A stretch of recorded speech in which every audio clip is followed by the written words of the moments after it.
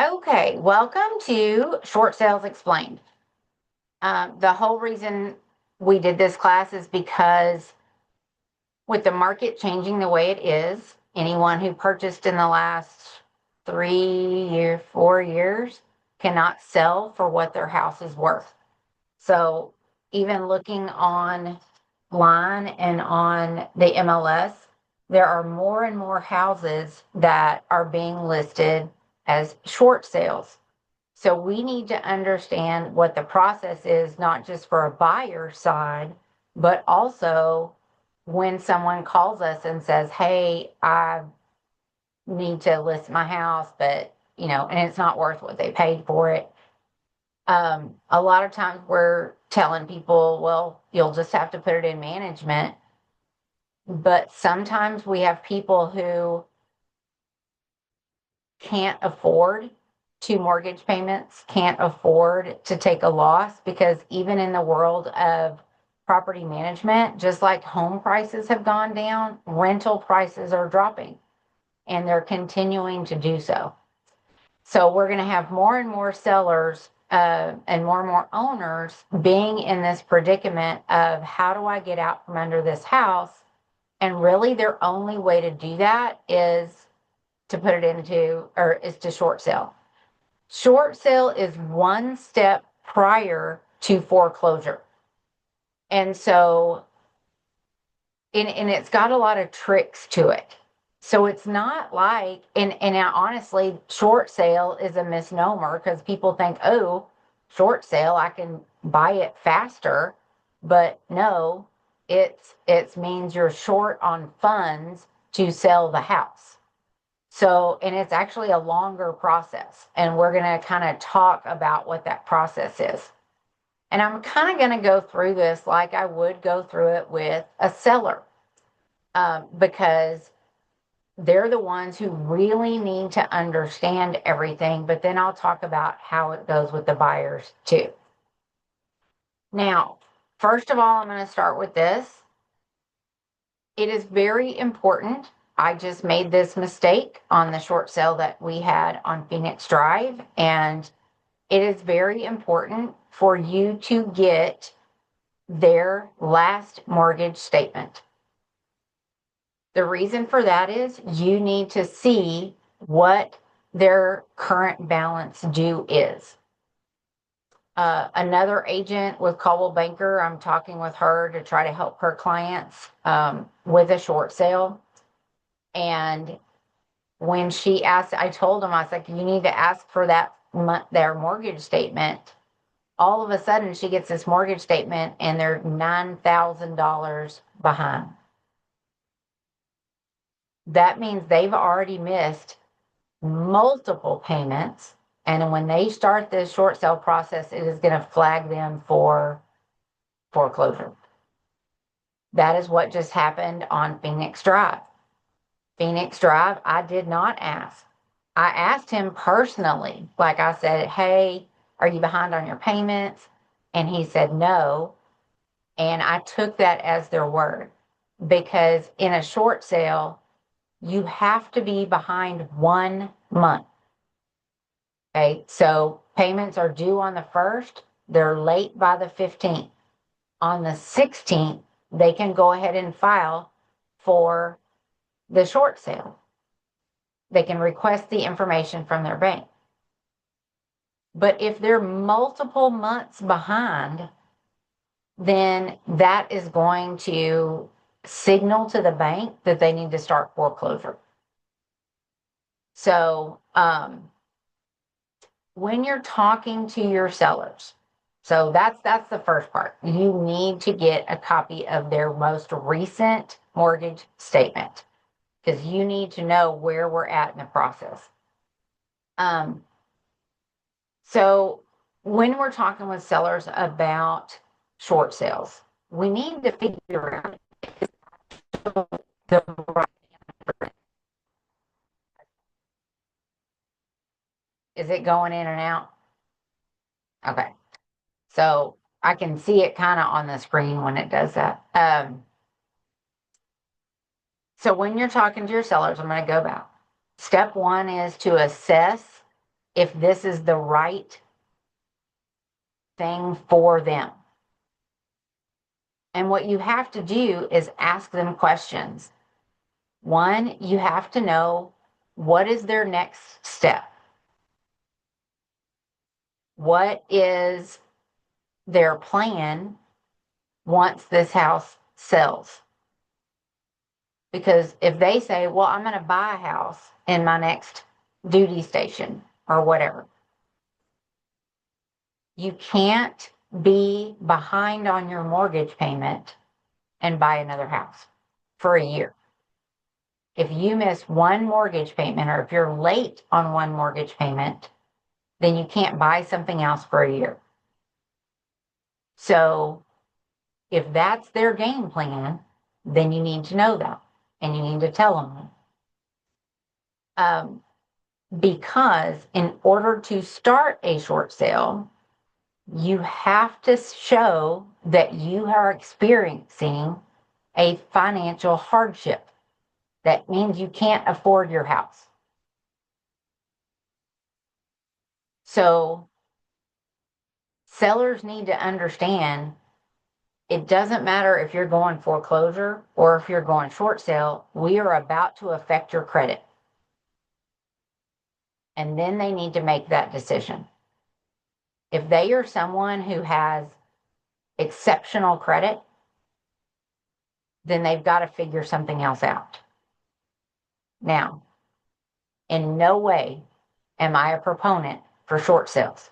I mean, for subject twos. I hate subject twos.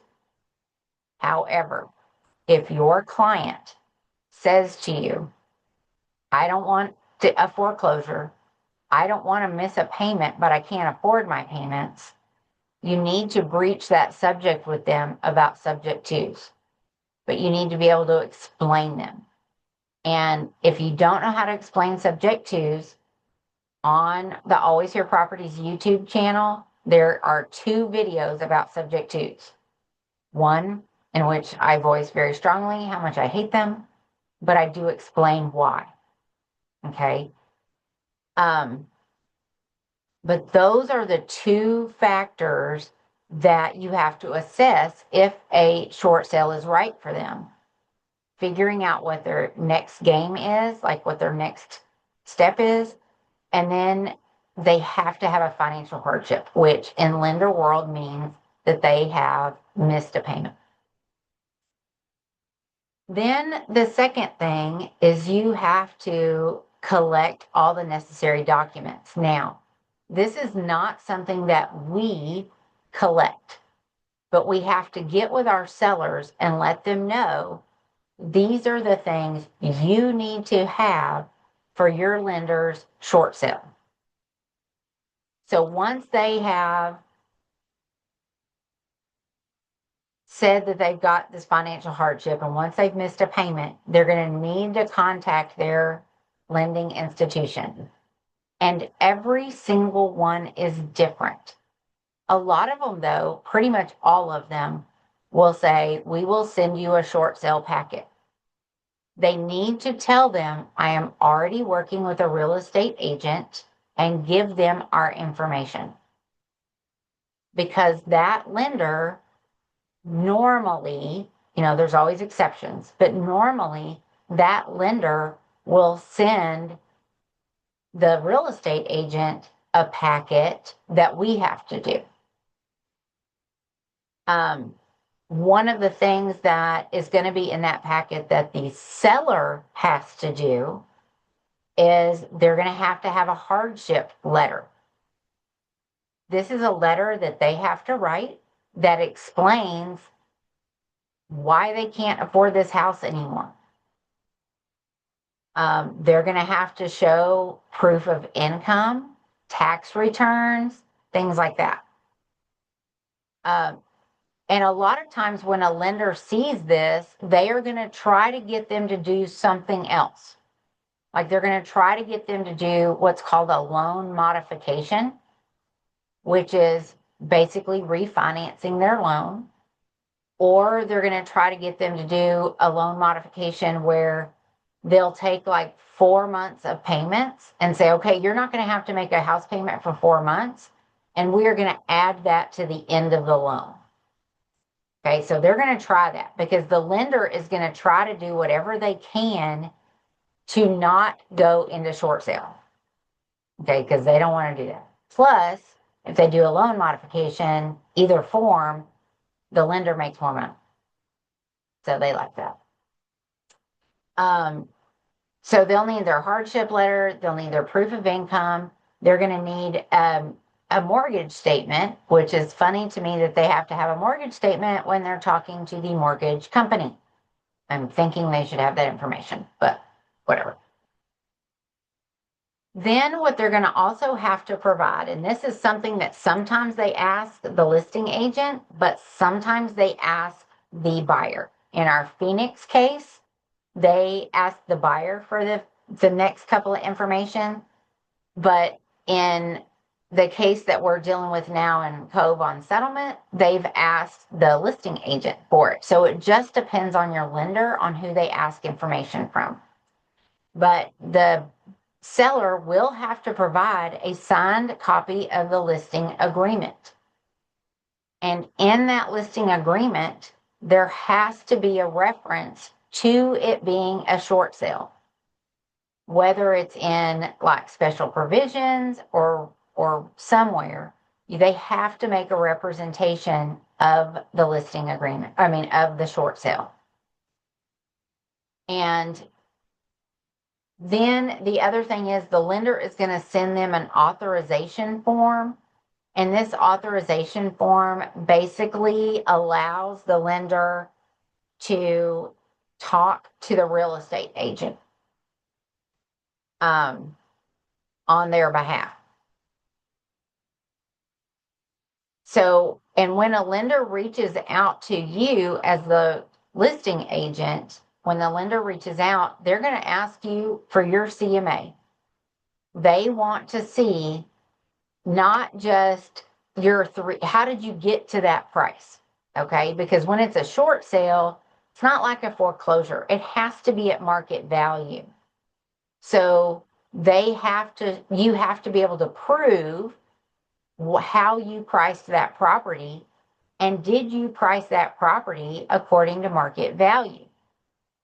So you're going to have to show them, here are at least 3 comps that are sold. They want them sold as most recent as possible. So really within 90 days, if you can. The closer you can get to the house, that's, basically they want to see that this is an exact representation of what the market is doing. The other thing they're going to want to see is not just the 3 sold. They're going to want to see what the competition is and how the competition is priced. And then they're going to ask you for pictures. And they're going to want to see the front of the house, back of the house, sides of the house, the interior. And sometimes they'll ask you a question that says, what about this property will not make it sell within so many days? So when I did this one for the Phoenix house, I told them we have Tiffany blue cabinets. Nobody wants freaking Tiffany blue cabinets in their kitchen. It had a black room. Those were things that were deterrents from selling the house. So they're going to want to know those kind of things. They do not expect the seller to fix any of that, but they are just like, hey, what about this house is not going to bring market value? Okay. So, having those documents already in place before they ever get with am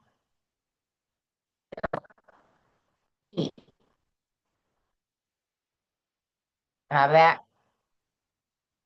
I'm back now. Okay. Getting those documents in place before they ever contact their lender would be key. Okay. So the next thing is they are going to they're going to send all this information back to their lender because they've contacted the lender to get information, and they call it a short sale packet. And then they're going to give that short sale packet back to their lender. And there's going to be another form that is a specific form that they will get that initiates the short sale process.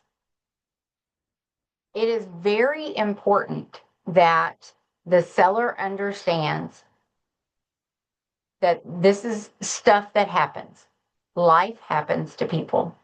So they should not feel like a failure. They should not feel any kind of way because they need to trust you. So you need to reassure them as much as possible that this is just something that happens and that we're there for them to talk to us through the situation. Because the lender is going to talk to them more than they talk to us, even with that authorization. Now, once they have decided to do the short sale and they have submitted their packet back to the lender is going to review everything, and you can have the house on the market this whole time. Okay. So don't wait to put the house on the market to get lender pre-approval. Okay. So once they send this packet back, then the lender is going to review everything, and then they're going to send them a notice that says, okay, your short sale has been approved.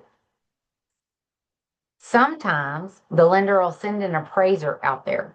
If the lender sends an appraiser out there, that's a red flag that they're getting ready for foreclosure. Okay, so if your seller says, hey, I got contacted by by an appraiser, just know you don't tell them that, but just know for yourself that we're short on time because that means they're getting ready. And that usually means that they've not been as honest with you about payment history because let's say last year they were 3 months behind and then they caught up with their income tax return, for example. Okay. And now they're 3 months behind again, or now they're a month behind again. That 3 month period from last year could still trigger a foreclosure. So if you get that, just know, if they call you and say, hey, an appraiser is coming out to the house, just kind of know that's in the lender's mindset that they're going to get ready for it because they have a history of not making payments. Okay. Like I said, you're going to already have the house listed for sale. Okay. Because you need as much time on the market as possible. Once the lender gives you pre-approval, then you're going to go back into your listing and say, pre-approval for short sale has been received. People need to know that because then it makes it instead of it being a longer process, it's a shorter process. When we list something that is a short sale, we need to put that in the MLS listing. You can put it in public remarks. You can put it in private remarks. If you put it in public remarks, make sure on that 1412, that seller's authorization to disclose, that they have given you permission to do that. But once you get pre-approval from the lender, then you're going to go back into the MLS and put pre-approval or bank pre-approval has been received. And the reason I keep saying pre-approval is a lender will not approve a short sale until you get a contract. Okay. So you have to get a contract on it for it to be approved. But they will say the pre-approval is basically saying, yes, this property meets these requirements, or this seller meets the requirements for a short sale. Um, once the house is listed for sale and once you get a contract, okay, the contract itself from the buyer has what's called a short sale addendum. And that short sale addendum, so a buyer's agent who is putting in a contract must provide this short sale addendum. This is not something that the listing agent can provide to them. Okay, it is a complete buyer contract piece. But if you get a contract that does not have that short sale addendum to it, you'll need to tell the buyer's agent, hey, I need this short sale addendum. Just like y'all are learning about short sales addendums, short sales were not an issue for the past 5 years. The last short sale I did prior to this year was in 2019, right before COVID. So people who have come into real estate in the past 5 years don't have experience with short sales because they haven't done it. It's still really early in the game. So just, always practice grace and kindness and just say, hey, you didn't include this short sale addendum. Can you please send it to me? On the buyer side, what that short sale addendum says is within so many days, if I don't receive, and it's a negotiable amount of days, but in so many days, I don't receive approval from the bank, then the contract can be terminated and all earnest money returned to the buyer. Okay. So, and remember also, short sales are not short. It makes it a little shorter when you get the pre-approval from the bank. But if you don't have that pre-approval yet and you get a contract, you are looking at least at a 45 to 60 to 90-day close. So it can be a long time. Most lenders try to stick with that 60-day mark, but it's at least a 60-day close.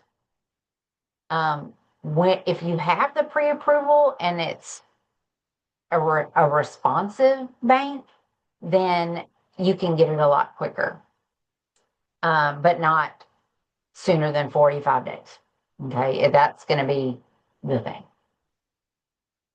Once the seller has agreed to the contract, okay, so seller agrees to the contract, it's got the short sale addendum that says the bank has to approve it. It is an executed contract. So they execute the contract and they send it to the lender. The whole contract package. The whole contract package is everything, third-party financing, non-realty items, anything that goes with that, your disclosures, everything. They have to have that complete contract package. The lender they'll then contact you as the real estate agent and say, hey, I need a new market analysis. Like, okay, I just did one for you like 2 weeks ago, but I'll get you another. Even if it's the same information, they will want a new market analysis. Now, here's where it gets fun. So so even though you have an executed contract, this addendum requires the bank's approval, right? The bank can come back and counter on that contract, which that's what I don't like. But the bank can come back and counter the contract. The bank can come back and say, we don't agree to pay $12,000 in closing costs, or we don't agree to a home warranty, or we don't agree to this. At that point, you then have to do an amendment to the contract and say, okay, this is what they will or will not do.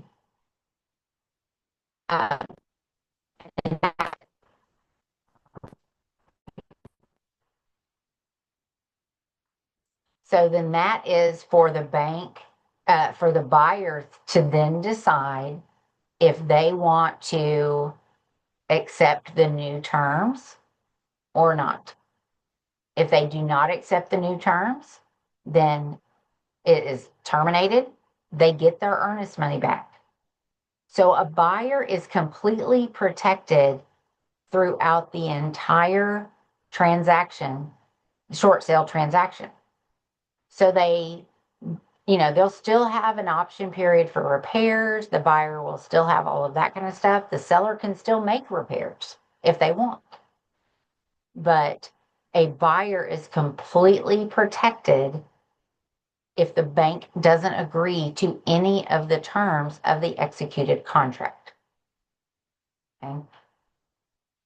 And sometimes you have to negotiate with the lender. So sometimes you have to go back to that lender and be like, look, they've got to have this closing costs. If you look at the market analysis that I sent you, every house is getting $10,000 in closing costs or whatever, You have to go back to them. But when you're negotiating with the lender, you have to go back to them with facts. It can't just be, they really need this house and they really like it. And, single mom or single dad and 95 kids. And, lenders could care less. For them, it's about the bottom line. So, yeah. Now, once you get lender approval, everything moves forward. And it's just like a regular closing. Okay. The seller will make no money, but he will not have to bring any money to closing. On the closing disclosure, it'll be zeroed out for the seller. So when you get that Alta statement right before closing and you're checking it and you're like, how's it not bringing money? You're going to see a line item on there from the bank that they're basically crediting the seller. And so it's a zeroed out settlement statement for the seller side. The title company handles pretty much everything, just like in a regular transaction, from the time you have an executed contract to closing. They are going to work with the lender. The seller's lender, they'll work with the buyer's lender, they'll work with everybody because there's a lot of information that has to come forward. Now for your seller, after the short sale happens, they are going to need to understand some things. Their credit is going to take a hit. It's going to take a hit not just for the missed payment or payments. It is going to take a hit because it will say on them that they have had a short sale. Because basically in a short sale, it's you have cost a company money or you have cost the guarantor of the loan money. So that's a huge impact. And we're going to talk about the guarantors of the loans in just a second. They also need to understand that they need to talk to a CPA because there will be tax implications for the short sale. Because basically, the lender or the guarantor has given the seller money to settle their debt. So the IRS counts that as income. So they will need to talk with the CPA, see how that is going to affect their taxes. That is not for us to answer. We don't know their tax situation, but they just need to be advised. You need to talk to somebody. And that's only if the lender forgives the balance. The lender does not have to forgive the balance that they fronted to the seller. They could use that as a collections debt. It depends on who the guarantor is. So But most lenders I've seen forgive debt and use it as a charge off, but it's still then on your credit as a charge off. So let's talk about the guarantors. Okay. When you have somebody who has a VA loan, okay, and this is something you're going to need to know from the very beginning, what type of loan did they get? If they had a VA loan, then the VA has guaranteed the loan. That's all that means. A VA loan is just a guaranteed loan by the VA. When you are working up pricing and things like that, the VA guarantees 33 to 36% of a loan. It depends on if they're a first time or a second time VA user. So the amount of discharge, like the amount of what they owe, which is different from the amount of what we can sell it for, has to be within that 33% range. When I am figuring this up for a seller, I capped mine for VA at 30%. So when I'm figuring it up, okay? And the reason I do that is one, I don't really know their whole situation. And I know we probably will not get an offer at asking price. So I need to know what that lender is going to be able to recapture from VA.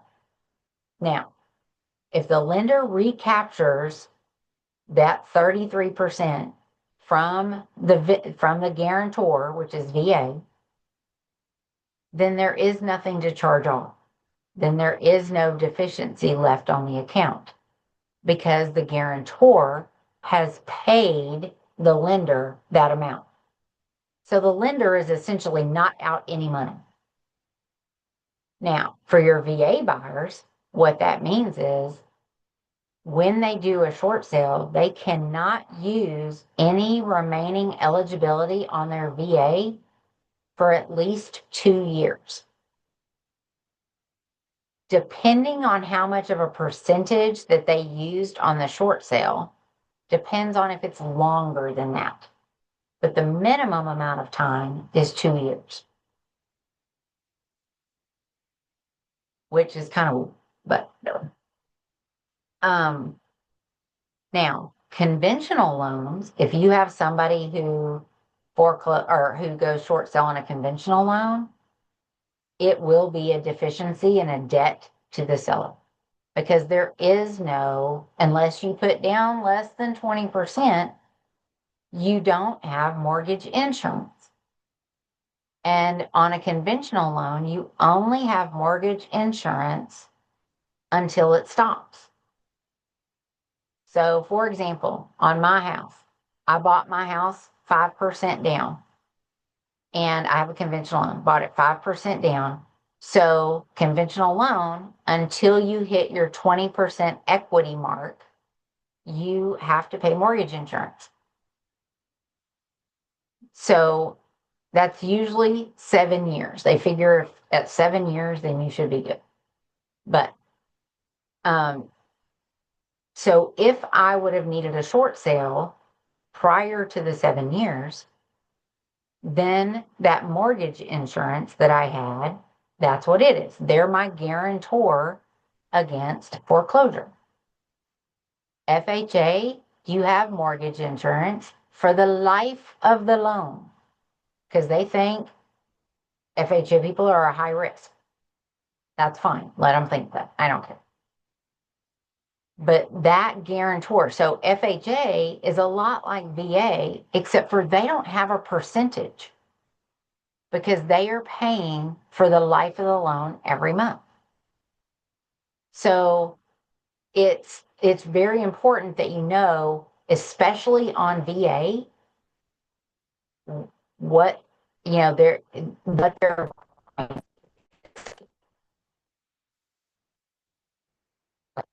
oh, okay, bad. Okay. So if you go outside that 30% mark on a VA, it is highly likely it will not be approved. Conventionals, if you are outside of the mortgage insurance, they will probably just go into foreclosure. But you never know. So what, and it was whatever. But anyway, the short sale process can offer a very valuable solution to your seller. And a lot of times sellers don't even know it exists, which is why a lot of times, like the Phoenix people, they didn't tell us that they were months behind on their payment because I don't think they wanted to seem stupid. But they were months behind because immediately when we did not have a contract within 3 days, they went into foreclosure. So, and if they wouldn't have been months, if they would have followed exactly what I had told them from the very beginning, then if we wouldn't have gone into foreclosure, I'm like making a mess. They wouldn't have gone into foreclosure. I hit my trash can. Just come to me. So, it's very important that you have honest conversations with any of the sellers who are facing these. Sometimes sellers do not want to tell you what their payoff is. You need it. If they give you any indication that they're in financial trouble, you're going to need it. One thing that you can do to kind of have information beforehand, before you meet with them, and I always say meet in person because it's harder to lie to somebody's face. But before you meet with them, know what they bought it for. Go into the MLS and see what they bought it for before you meet with them. Because then you can already know that you need to have that short sale conversation. If they bought it for $255 and I can only sell it for $235, then those are conversations you already need to have. So, let's see. Anything else? Let's see, anything else? Let me look at my notes. If you do find that you want to learn more about short sale and foreclosures, there is a designation that's called SFR. And so you can take the foreclosure class. It's called Short Sales and Foreclosures. And REO. REO just means relocation. No, I don't remember what it means, but it stands for distressed properties. Okay, so properties that are distressed. So if you are interested in doing more or specializing, if you want to market to people, definitely look at doing your SFR designation because that is very helpful because it teaches you the process. It teaches you how to have conversations, teaches you the rules about everything. So yeah. So I know we have them. So y'all, Amanda and Kayla are here. Again, do y'all have any questions or anything, things that have come up?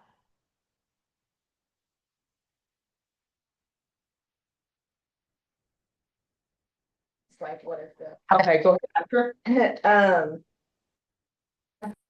When can we list? Yeah, when can we list it? Once, like, I know obviously they're gonna tell you in the beginning, like, I missed a payment, you're gonna know it's a short sale. At what point can you list it? You can list it as soon as you get that listing agreement signed. If you Okay. meet with them day one and they say, hey, I've missed a payment, I'm going to be doing the short sale, or you talk to them about the short sale, they're calling you to list their house. And the longer we have it on the market, the better off it is.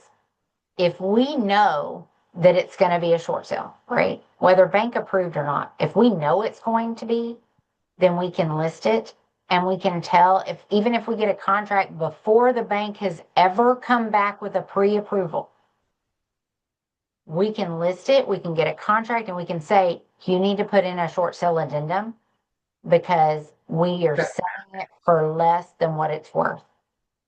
It is a longer process that way, but that's okay. Short sales are not short processes. Do with this stuff. Yeah, so, but as soon as you can, I would list it. What was your other question? I have a couple. So let's say the bank is not approving, does not forgive like the remaining balance or whatnot. What happens for the seller after that? Obviously, they still have to pay it. Do they still pay is it like a car? Well, kinda. So, they're not gonna send them a bill. They're gonna send them collection notices, and it's gonna be for the entire amount. Now, this is not gonna be for anyone who has a guarantor. Okay, but it's gonna be especially for conventional loans. Those are the ones that are gonna see the deficiency on their, I mean, everybody's gonna see the deficiency on their credit. But the conventional loans are the ones that can go to collections to capture that amount. And that's because you didn't have the mortgage insurance. After that period. Right. Gotcha. Yeah, it's because they didn't have the mortgage insurance.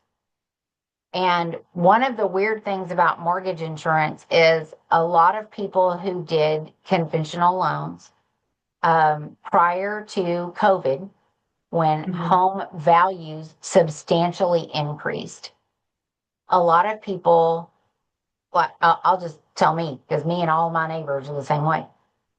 I paid mortgage insurance. I bought my house in 2018. I paid mortgage insurance 2018, 2019, 2020.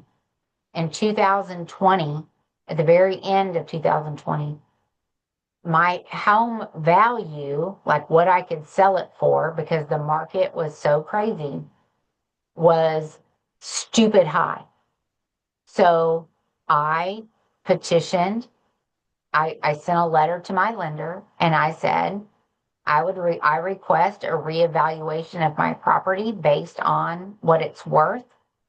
And so now I have more than 20% equity because they said my property was worth $690,000 and I bought it for $325,000. And so I now had all that equity to make up the difference. So a lot of people who bought their property prior to the COVID craziness, they did that.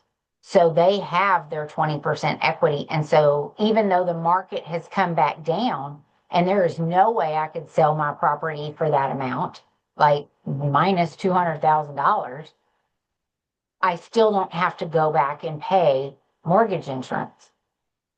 So, so if I were to become, if financial issues or, life happens, then I would be one of those people that if I'm short sailing, then it would be on my account. Like it would be on my credit that I have this amount that I owe this lender until they charge it off.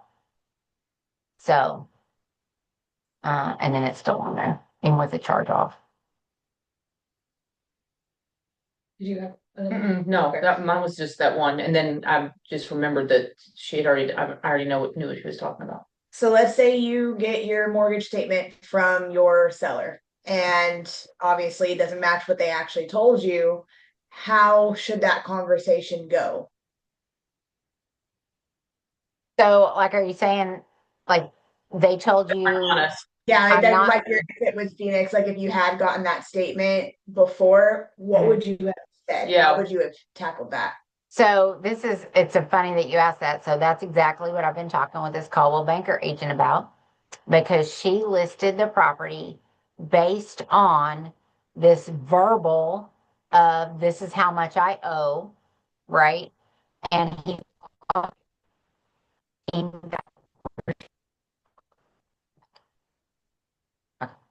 uh, so He was off by about 15, or he was off by $9,000 of what he owed on his mortgage. And so she didn't find out until she asked for the statement a few months later. So that conversation that she's having to have with them is basically, I don't know how to fix it. If you are that far behind and we do a short sale, just know it will trigger a foreclosure. And you just have to tell the seller the biggest thing about real estate in general is everything comes from a place of facts. Okay. So when you're talking to this person, first of all, they're already upset because they're losing this house that they have an emotional connection with. But you can't sugarcoat things for them. And that was one of the biggest lessons I have learned in real estate when I first got started. Because when I tried to sugarcoat things, it came back and bit me in the butt. Because then they're mad at me. That's why I always do worst case scenario. So when someone comes to me and then I get this statement and I'm like, okay, seller, this changes the entire situation. Because now, instead of you being 1 month behind, which we thought you were to go into short sale, you're now 4 months behind, which at 120 days, foreclosure can start. So I said, we're now 4 months behind, and I don't know how to help you.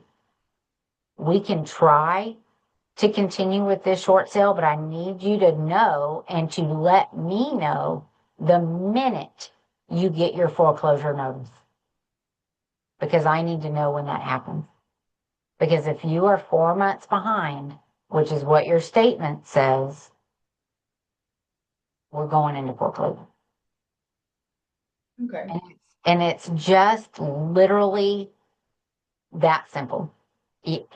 Because we can't, when people get into so much financial trouble, we can't stop that process.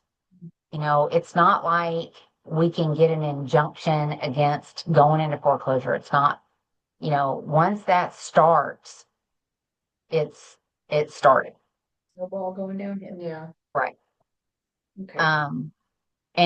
But this is what you can tell them. We can keep it listed. Even if the foreclosure process has started, if miraculously we get a contract, the bank can stop the foreclosure process. They can. But it has to, I have to send them. Now, before COVID, I have had banks that stopped the foreclosure. I have had banks that did not. So it really is a gamble, and it really just depends. And that's what you tell the seller. It's like, we'll try this. We'll try to send them the contract. We'll try to get them to approve it. But sometimes they don't. Which is crazy to me because I'm like, foreclosures are expensive for a company. Because then they have holding costs. So when a house gets foreclosed on, it gets assigned to an REO company. And that REO company basically takes ownership of the house or takes possession of the house and does everything they can to market it for sale. And it never comes back to market lower than what it was. Because now all foreclosures, they're trying to sell them at market value. Instead of, back in 2007, 8, all the way to 14, foreclosures were a deal. Every investor wanted a foreclosure because they were a deal. Now they're not so much anymore because these REO companies fix them up and then sell them at market value. So, Well, gotta make their money. yeah. Yeah, I think that's all the questions I had. So did y'all find that this was a valuable thing? Or did y'all? Yes, excellent class. Yes, Because I excellent. wanted I the really enjoyed MSR that. It was good. designation. Good. Because that's what I'm wanting to find out. Like, if I do these little Zooms, if they're going to be, valuable to y'all. Because I can do them on all kind of topics. I Right. think. Not only that, if you're posting these on YouTube, it's also valuable to other people. You may draw other people into it because this is Yeah. really good. I mean, you're an amazing instructor, and your classes are great. Like, I'm not even joking. Like, they're really, really good. So Oh, I enjoyed it. And I actually had like questions like Yeah. to participate in. Like you mentioned things, I was like, oh. Yeah. Like when most of the classes when I'm sitting in them, I'm not oh. Yeah. It was really good. I really enjoyed it. all right, good. Well, that's it. I'm going to stop the recording and then close it out. Thank Thank y'all for coming to you. learn.